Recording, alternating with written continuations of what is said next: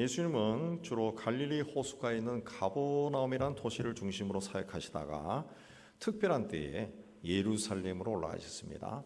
기록에 보면은 예수께서 예루살렘에 한 5번 정도 공생애 시작하면서 올라간 걸로 나오고 있는데, 마지막 때 5번째 올라가셔서 십자가를 지셨습니다. 그때는 이전과 매우 다른 모습을 보여주셨는데, 곧 예루살렘 성에 들어갈 때도 나귀를 타고 들어가셨고, 성전을 깨끗하게 하기 위해서 장사하는 사람들의 상을 뒤집었고, 내 집은 만민이 기도하는 집이다 호통을 치시기도 했습니다. 또 무화과 나무를 꾸짖어서 말라 죽게도 하시고, 성전에 들어가서 대제사장들에게 자신의 권위를 드러내기도 하셨습니다. 이전에는 너그럽고 인자한 모습만 보여주셨는데, 마지막 때에는 거칠고 냉정하고 엄한 모습을 보여주셨어요. 아마도 십자가의 죽음이 임박했음을 아시고 맡은 사명을 끝까지 잘 감당하기 위해 그렇게 하신 것이 아닌가 그리 봅니다. 자, 오늘 말씀도 마지막 때 올라가셔서 마지막으로 예루살렘에 올라가셔서 하신 말씀입니다. 자, 오늘 말씀을 잘 이해하기 위해서는 예수님이 사시던 당시 상황을 알 필요가 있습니다. 예수님 당시에는 외국에 사는 유대인들이나 또 로마 사람들이 요단강 북쪽과 갈릴리 산지의 그 비옥한 땅을 구입해서 농장으로 만든 후에 유대인들에게 세를 주고 떠난 경우가 많았다고 합니다. 그래서 오늘 말씀에도 어떤 사람이 포도원을 만든 후에 세를 주고 타국으로 떠났다. 그런데 이게 당시 유대 사회는 흔한 일이었다고 합니다. 그리고 그런 주인과 소작인 사이에서 임대료로 인한 갈등도 종종 일어났다고 하십니다. 예수님은 이런 배경 위에서 오늘 말씀을 하셨어요. 당시 땅 주인이 포도원을 만들고 농부들에게 맡기고 가는 것은 상당히 모험을 해야 되는 일입니다. 왜냐하면 포도원을 만들면은 당장 그 해부터 이익이 발생하는 것이 아니라, 포도 농사는 보통 4-5년 정도 지나야 상품성 있는 포도를 생산할 수 있기 때문에 그렇습니다. 그런데 포도원을 만들어 세를 주고 떠났다라는 것은 그 포도원에서 주인이 거는 기대감이 있었기 때문에 그런 시간을 기다린 것이 아닌가 그리 봅니다. 땅을 임대한 농부들은 적지 않은 세월을 땀 흘려 수고하고 포도원을 가꿉니다. 그런 동안 세월이 흐르고 때가 되자 주인이 농부들에게 세를 받기 위해 종을 보냈다 그랬습니다. 주인이 농부들에게 포도원을 맡긴 것은 농부의 입장에서 봤을 때는 굉장히 고마운 겁니다. 오늘 말씀에도 보면은 그 주인이 포도원을 만들고 산울타리를 두르고 즙지 않은 틀을 만들고 망대를 짓고 세를 주고 타국에 갔다 그랬습니다. 이 사람들은 가난한 농부들입니다. 땅이 없습니다. 땅이 없는 사람들은 남의 농장이나 일터에서 하루하루 품팔이하며 가난하게 살 수밖에 없어요. 근데 주인이 포도원을 맡긴 겁니다. 포도원을 맡긴. 얼마나 감사한 일입니까? 저희 집에도 조만한 가수원이 있었는데, 저희 아버지는 농사 짓던 분이 아니어서 그 나이 연세가 들어 못하게 되니까 그걸 과거에 우리 집안하고 연계된 어떤 분에게 힘들게 산다 그 이야기를 듣고 그 가수원을 가서 살아라 하고 줬어요. 1년에 사과 몇 상자 그럼 된다. 거기에도 집이 있었다. 집이 있고 샘도 있고 뭐 간단한 농사 지을 곳도 있고 다 있었다.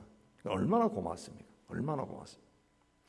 농부들은 거기에서 포도원을 잘 가꿔서 수확을 올려서 주인에게 정해진 임대료를 바치고 나머지로 생활해도 잘 살 수 있어요. 물론 자신이 땀 흘려 얻은 것을 주인에게 갖다 주는 것이 아까울 수도 있지만은, 일이 없어서 입에 불칠 나기도 어려웠던 사람이 집도 생기고 먹을 것도 생기면 얼마나 고맙습니까? 그러면은 소작인들은 주인에게 자신이 받은 은혜를 생각하고 주인이 보낸 종을 극진히 대접하고 정해진 세를 바치면 됩니다. 또 수확이 잘 되면은 조금 더 드려도 괜찮을 거예요. 그러나 농부들은 주인이 보낸 종을 침이 때리고 죽이고 돌로 쳤다, 배은망덕한 짓을 저지른 거예요. 그러자 다음에는 주인이 더 많은 종을 보냈지만 똑같은 일을 했다. 그래서 주인이 아들을 보내면 감히 그렇게 하지 않고 잘 대접하겠지 생각하고 보냈지만은 농부들은 이 아들은 상속자니까 죽이면 그 유산이 우리 것이 될 것이다. 그렇게 생각하고 아들을 포도원 밖에 데려가서 또 죽였다. 그랬습니다. 예수께서 이 말씀을 하신 후에 둘러선 사람들에게 포도원 주인이 와서 농부들을 어떻게 하겠느냐 물었습니다. 그래서 사람들이 당연히 악한 자를 진멸하고 포도원은 제때 열매를 바칠 만한 다른 농부에게 세를 줘야 된다. 그랬습니다.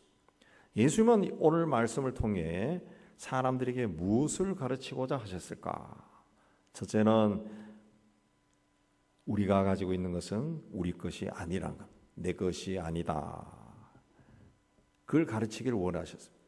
어떤 부자가 풍년이 들어 추수를 했습니다. 너무 많은 것을 추수했어요.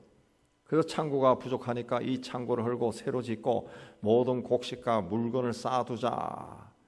그렇게 말했어요. 그리고 영혼에게 열에 쓸 물건을 많이 쌓아두었으니 평안히 쉬고 먹고 마시고 즐거워하자. 그랬습니다. 그러나 그때 하나님께서 어리석은 사람아 오늘 밤에 내가 내 영혼을 도로 찾으리니 그러면 내 창고에 가득 찬 것이 누구 것이 되겠느냐. 그랬습니다. 사람들은 세상에 살면서 자신의 생명이나 삶이나 또 재물이나 가족이나 재능이나 이 모든 것이 자기 것으로 생각합니다.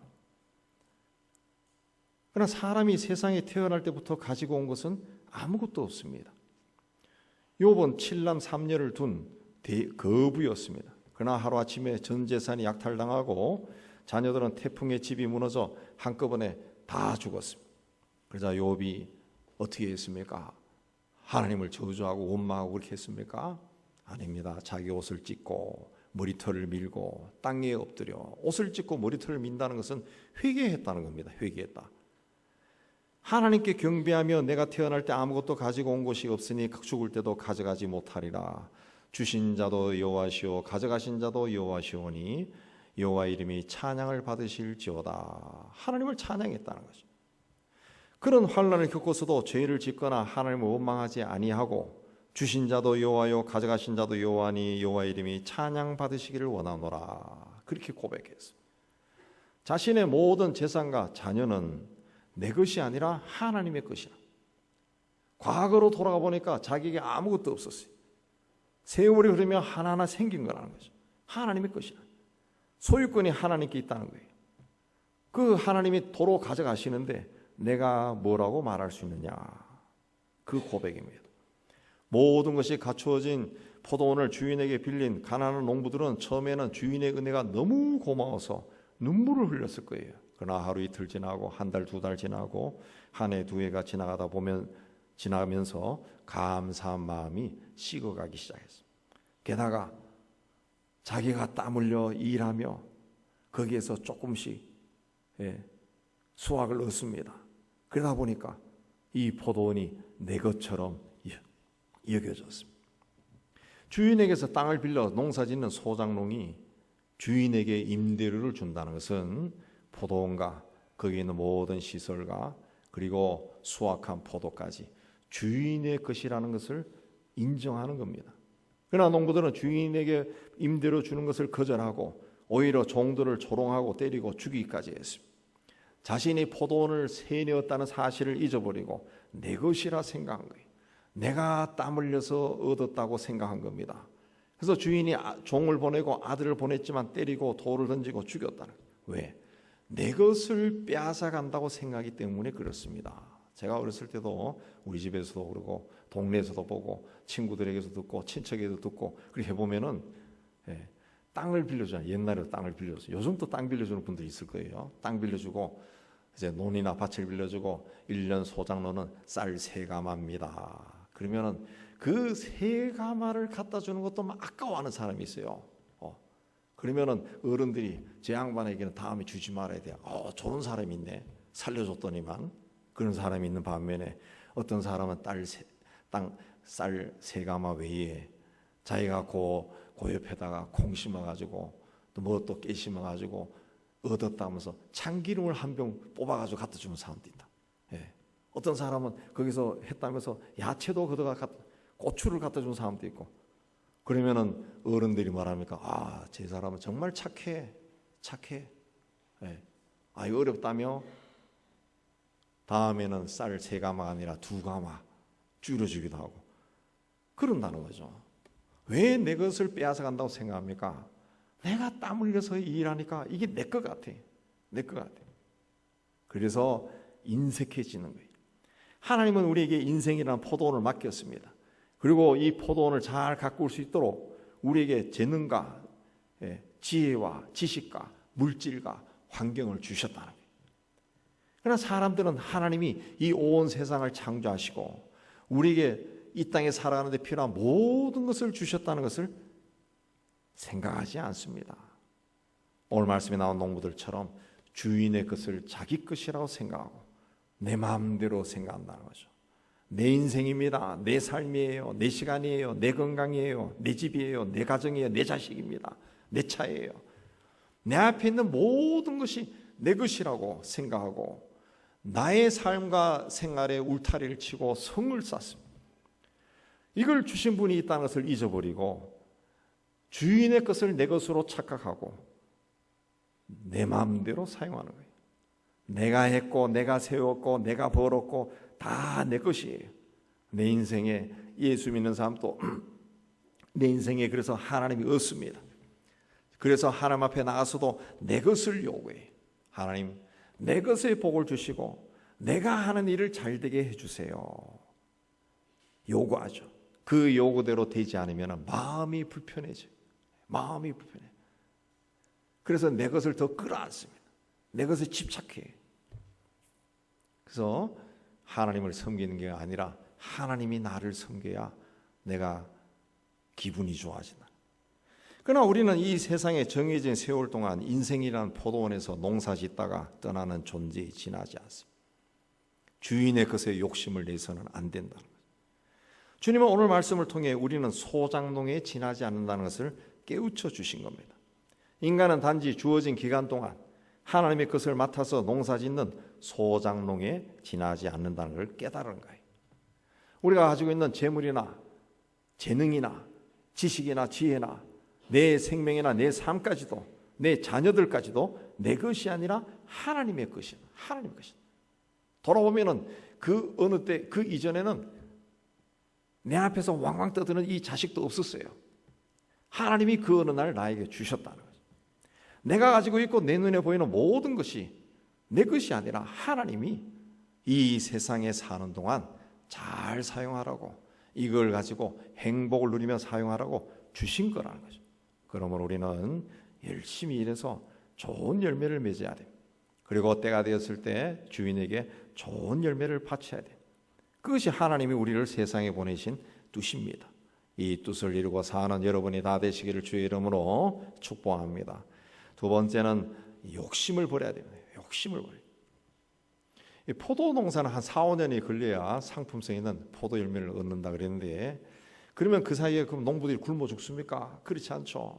농사 지어 보신 분들은 아시겠지만 포도나무 사이사이에 야채를 심기도 하고 깨를 심기도 하고 콩을 심기도 하고 그래서 거기서 또 얻어서 먹고 살아요. 농부가 그렇게 몇 년 동안 수고했습니다. 그래서 그 포도원에서 이런저런 것을 얻어서 잘 먹고 잘 살았어요. 근데 가만 보니까 주인이 그동안 한 번도 방문한 적이 없습니다. 그래서 자기 혼자서 거기에서 농사 지어서 먹고 사는 거예요. 그러다 보니까 주인이 있다는 생각을 하지 못하는 겁니다. 그렇게 해서 몇 년이 흘러 포도 열매를 얻었습니다. 그때 주인의 종들이 왔습니다. 이제까지 코빼기도 보이지 않다가 수확 때가 되니까 좋은 열매가 걸리니까 종을 보내서 세를 바쳐라 그랬습니다. 그래서 농부는 화가 났겠죠. 화가 났겠죠. 뭔가 뺏긴다는 생각을 한 겁니다. 그래서 매질하고 도로로 치고 죽이고 그랬다는 거죠. 주인은 이해되지 않았습니다. 그래서 뭐가 잘못된 것이려니 생각하고 또 다른 종을 보냈습니다. 주인이 농부들에게 종을 보낸 이유는 합당한 임대료를 바치라는 거예요. 이건 처음에 농부들에게 그 포도원을 빌려줄 때 농부들도 알고 있었습니다. 알고 있었어요. 그런데 시간이 지나면서 주인이 있다는 것을 까먹은 거예요. 아니 까먹었다기보다도 욕심이 생겨요. 욕심. 내 것으로 만들고 싶어요. 내 것으로. 그래서 주인이 두 번째 보낸 종들에게도 똑같이 했다는 거죠. 농부들은 주인의 포도원을 내 것으로 만들고 싶었어요. 그래서 주인에게 내야 할 임대료도 내지 않고 임대료를 받으러 온 종들을 오히려 때렸습니다. 주인을 본 지 오래되었고 주인이 올 수 있으면 벌써 왔을 건데 못 오는 것을 보면 죽을 병에 걸렸거나 혹은 무슨 큰일이 생겼음에 틀림없다. 그래서 종들만 계속 보내는 것이다. 그렇게 생각했을지도 모릅니다. 그래서 조금만 힘쓰면 이 포도원이 내 것이 될 것이다. 그런 생각이 든 거예요.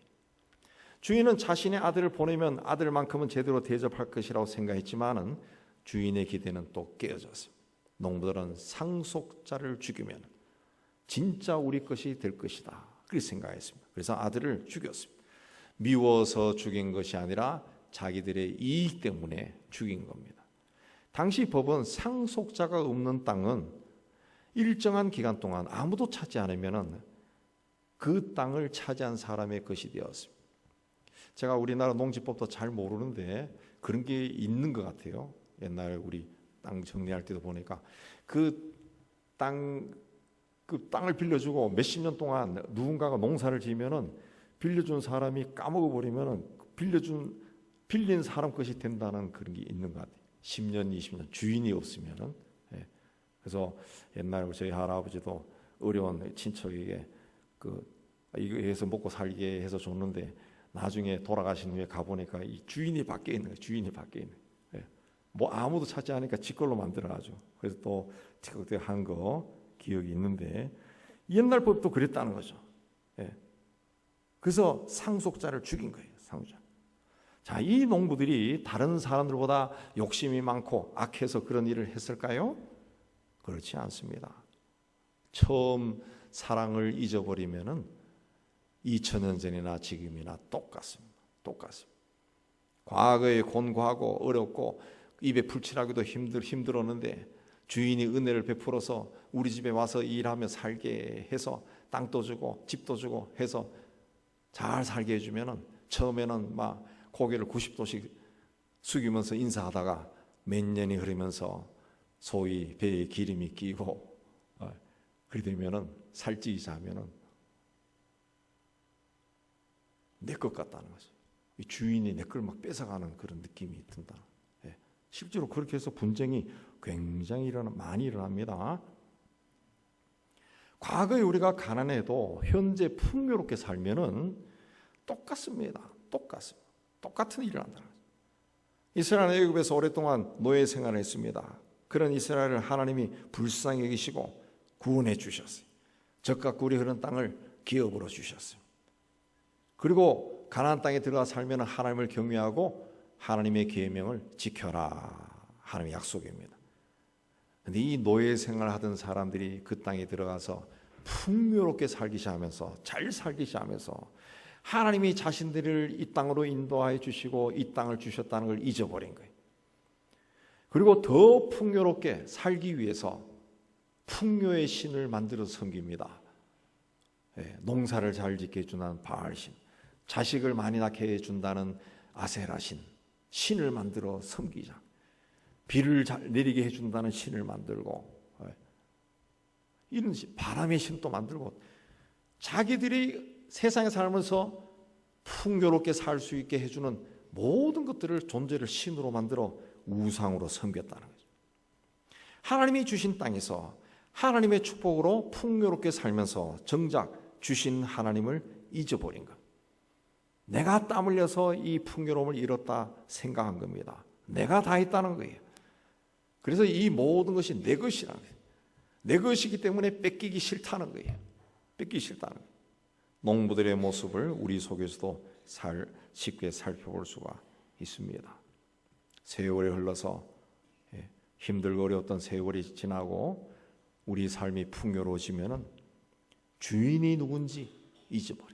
내가 누군지도 잊어버립니다. 내가 지금 가지고 있는 것이 내가 받은 것인지 원래부터 내 건지 모호해진다는 거죠. 모호해진다는 거죠. 가난하던 시절에 하나님이 일이 잘 되게 해주면은 내가 하나님 일을 열심히 하겠습니다. 11조도 전국에서 제일 많이 하는 사람이 되겠습니다. 그런 결심도 합니다. 실제로 그런 사람들이 있더라고. 근데 잘 살게 되면은 바빠서 주의 일을 못 한다 그래요. 시간이 없다는 거. 11조는 당연히 안 하겠지. 2000년 전이나 지금이나 2000년 전의 농부들이나 우리들이나 똑같다는 거예요. 그러나 성경은 계속 그렇게 하면 어떻게 한다 그랬습니까? 주인이 주인의 것을 자기 것이라 주장하는 자들을 진멸하고 새로운 농부들을 찾는다 그랬습니다. 하나님의 포도원을 농사짓는 일이 우리에게 맡겨져 있습니다. 우리가 지금 가지고 있고 누리고 있는 이것은 우리의 것이 아니라 하나님의 것입니다. 우리가 해야 할 일은 욕심내지 말고 열심히 잘 농사지어서 주인을 기쁘게 하는 겁니다. 그러면 하나님께서 우리에게 더 크고 아름다운 것을 맡길 거예요. 복의 근원이 되게 할 겁니다. 이 복이 여러분에게 다 임하기를 주의 이름으로 축복합니다. 세 번째는 열매가 있어야 한다는 것을 가르쳐 주신 겁니다. 우리 세대 사람들은 기억이 날 겁니다. 영화 대부라는 영화 있습니다. 대부라는 영화, 그 마피아에 대한 영화인데 거기 보면은 주인공이 아버지 원수를 갚기 위해 이 적들, 원수들을 제거하는 날짜를 자기 누이 동생의 아이가 세례받는, 유아 세례받는 날로 잡았습니다. 그래서 영화에 보면은 그게 한 장면 나오고 그 다음 장면 나오고 같이 막 나오는. 감독이 굉장히 메시지를 주는 것 같아요. 그러니까 신부가 아이를 들고 유아 세례, 가톨릭에서는 세례 줄 때 애를 물 속에 빠뜨리잖아요. 쫙 빠뜨리면서 애가 빽 하고 올 때 한쪽에서는 총으로 다다다다 하고 사람들을 막 죽여요. 유아 세례라고 하는 종교적인 행위와 또 자기의 원수들을 잔인하게 학살하는 마피아 두목에게 하나님이 있을까요? 하나님이 동시에 그 일이 나는데 세례받는 현장에만 하나님 가셔서 아유 복 받아라 그러고 이쪽은 외면하실까요? 하나님이 어떤 마음을 가질 수 있을까요? 종교적인 행위만 잘한다고 해서 그게 신앙의 전부가 아니라는 거죠. 잘 믿는 게 아니라는 거예요. 주일이 되면 하나님 앞에 나와 예배에 참여한다 해서 이게 신앙생활 잘하는 것이 아니라는 거죠. 하나님이 기뻐하는 것이 무엇인지 알고 바르게 믿어야 돼요. 오늘 말씀 바로 앞에 나오는 18절부터 보면은 시장하신 예수께서 무화과 나무를 보시고 가까이 가서 열매를 얻으려 했지만 잎사귀밖에 없었다. 그래서 예수께서 무화과 나무에게 이제부터 영원토록 내가 열매를 맺지 못하리라. 그러자 무화과 나무가 곧 말라 버렸다. 저는 그 젊은 시절에 이 성경을 읽고 무화과 나무는 열매가 없는 줄 알았어요. 정말 믿음이 너무 좋아서 무화과 나무는 다 말라버렸구나. 열매가 없는구나. 진짜 그렇게 읽었습니다. 나중에 보니까 무화과 열매. 우리나라는 또 무화과 나무가 없어요.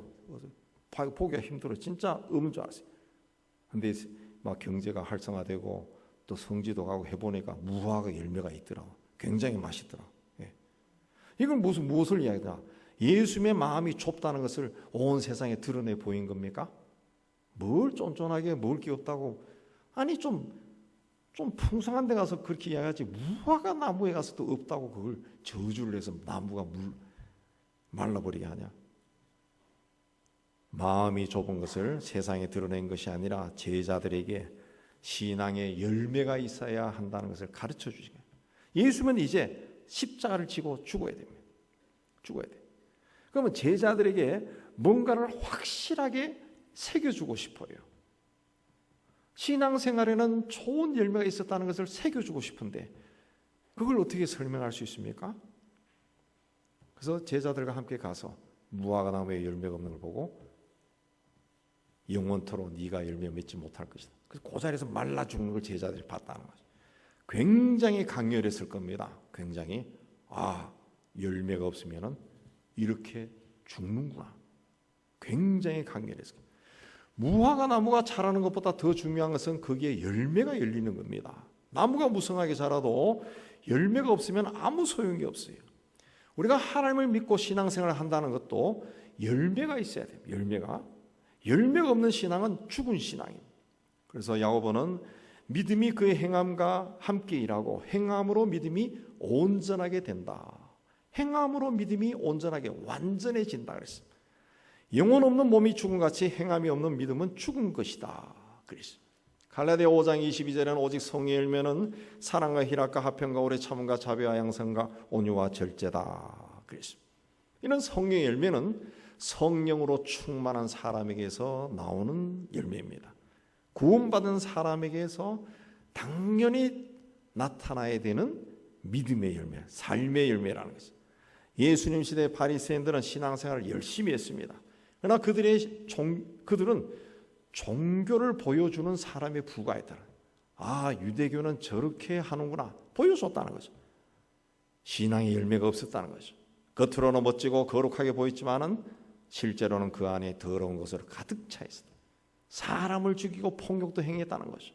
그래서 예수께서 바리새인들을 회칠한 무덤이다 비난했어요. 포도원을 임대한 농부들은 때가 되면 주인에게 임대료를 내야 돼요. 그러나 농부들은 임대료를 내지 않았습니다. 주인이 보낸 종을 때리고 죽였습니다. 아들도 죽였습니다. 아들도 죽였습니다. 하나님의 나라는 죽어서 가는 곳이 아닙니다. 그러니까 하나님의 나라를 한문으로 천국이요. 천국. 천국은 죽어서 가는 곳만이 천국이 아니에요. 하나님의 나라는 하나님이 다스리는 나라입니다. 하나님이 다스리는 나라. 대한민국은 대한민국의 법이 다스리는 나라입니다. 네. 일본은 대한민국이 아니죠. 일본법이 다스리니까. 하나님이 다스리는 곳이 하나님의 나라입니다. 그러면 하나님의 나라의 백성은 이 하나님의 나라의 열매를 맺어야 됩니다. 하나님이 원하시는 열매를 맺어야 됩니다. 이 하나님 나라에 살면서 내가 생각하기에 좋은 열매나 내가 원하는 열매나 나에게 유익한 열매를 맺어서는 안 된다는 거죠. 하나님이 기뻐하는 열매를 맺어야 돼요. 나는 오늘 어떤 열매를 맺고 있는지, 우리 교회는 어떤 열매를 맺고 있는지, 이 열매가 과연 하나님이 기뻐하시는 열매인지 생각해 보시기 바랍니다. 제가 찾아보니까 제가 고등학교 시절에 서울에 처음으로 지하철 1호선이 개통되었습니다. 그때는 노선이 하나밖에 없어서 그 신기해서 일부러 지하철을 타러 가기도 했습니다. 타고 아마 인천까지 갔다 온 것 같아요. 가기도 했어요. 그 무렵에 종로이가 노터리에 화신백화점, 신신백화점이 있었습니다. 2층, 3층, 한 4, 5층 정도의 작은 백화점이었는데 촌놈이 서울에 와서 보니까 막 의리의리하더라고요. 네, 의리의리. 지금은 그 자리에 제일은행 본점, 국세청 엄청난 건물이 들어서 있는데 아마 아시는 분이 아실 거예요. 그때 그 백화점에 에스컬레이터가 있었는데 제가 기억하기로는 그 옛날에 1층에서 2층 백화점 안에서 올라가는 계단이 좀 넓고 그랬는데 그게 에스컬레이터가 있었는데 그게 한 10계단 정도 올라갔나? 굉장히 짧았던 기억으로 나요. 맞는지 모르겠어요. 아마 아신 분은 아실 거예요. 예. 근데 그 에스컬레이터를 촌에서 온 사람들이 못 타가지고 내릴 때 자빠져요.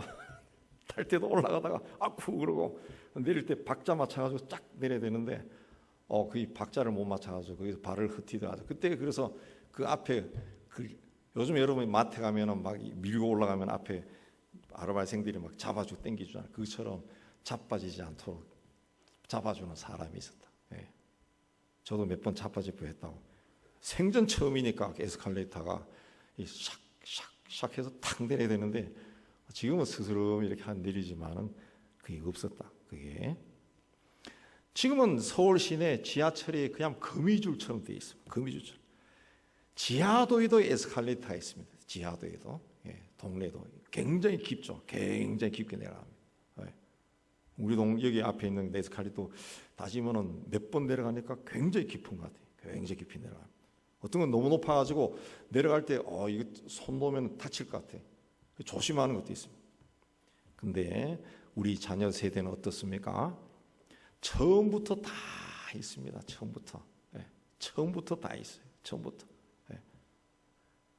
그러니까 처음부터 다 있는 줄로 안다는 것이에요. 처음부터. 그러니까 그 MZ 세대라고 하나요? 이 사람들의 사고 방식은 기존 사람들하고 다르다네. 그 우리나라는 이 세대 간의 격차가 굉장히 심한데 이게 뭔가 하면 가나안 나라가 부자가 됐으니까 이 10년 단위로 사고방식이 완전히 다르대요. 사고방식이. 이게 대화가 안 되는, 대화가 안 되는. 예. 처음부터 다 있었다는 거죠. 처음부터 다 있었다. 예. 그러나 가만히 보면은 사람이 태어났을 때 이미 다 있는 겁니다. 내가 만든 것이 없어요. 내가 세상에 태어나니까 부모가 있습니다. 집이 있습니다. 먹을 거, 입을 거, 잠잘 곳이 있습니다. 예. 친구도 있습니다. 이웃도 있습니다. 학교도 있습니다. 병원도 있습니다. 다 있어요. 그 있는 것을 내가 살아있는 동안에 이용하는 것이죠. 그래가지고 세상에 사는 동안 풍요롭게 사는 겁니다. 가까운 곳에 산이 있습니다. 산에 가면 물이 흐릅니다. 숲에서 좋은 공기도 있고 새도 있어요. 다 있습니다. 하나님이 다 마련해 놨습니다. 삶을 사는 날까지 잘 사용하다가 다 두고 가는 겁니다. 다 두고 가는 거예요. 세상을 떠나도, 내가 세상을 떠나도 그대로 다 남아 있습니다. 다음 세대가 그걸 또 사용한다. 우리는 오늘 말씀처럼 주인이 만든 포도원에서 일하다가 떠나는 거예요. 그러므로 우리는 포도원이라고 하는 이 인생을 살 때 열심히 살고 좋은 열매를 얻어야 돼요. 그리고 때가 되었을 때 주인에게 좋은 열매를 기쁜 마음으로 바쳐야 됩니다. 그럴 때 하나님께서 잘하였다, 착하고 충성된 종아, 이렇게 칭찬하신다. 여러분의 인생이 하나님 보시기에 이 칭찬받는 인생이 되시기를 주님의 이름으로 축복합니다. 하나님 아버지, 연약하고 부족한 자들이지만 하나님께서 우리를 하나님이 주신 이 아름다운 세상에 사람으로 태어나게 해주시고 지금까지 사람으로서 이 땅에서 모든 복을 누리며 살게 해주시는데 참 감사합니다. 내 것은 아무것도 없고 다 하나님이 지으신, 하나님이 다스리신 것임을 믿습니다. 사는 동안 잘 사용하고 또 하나님이 열심히 해서 하나님께 가는 저희가 다 되게 하여 주옵소서. 예수님 이름으로 기도하옵나이다. 아멘.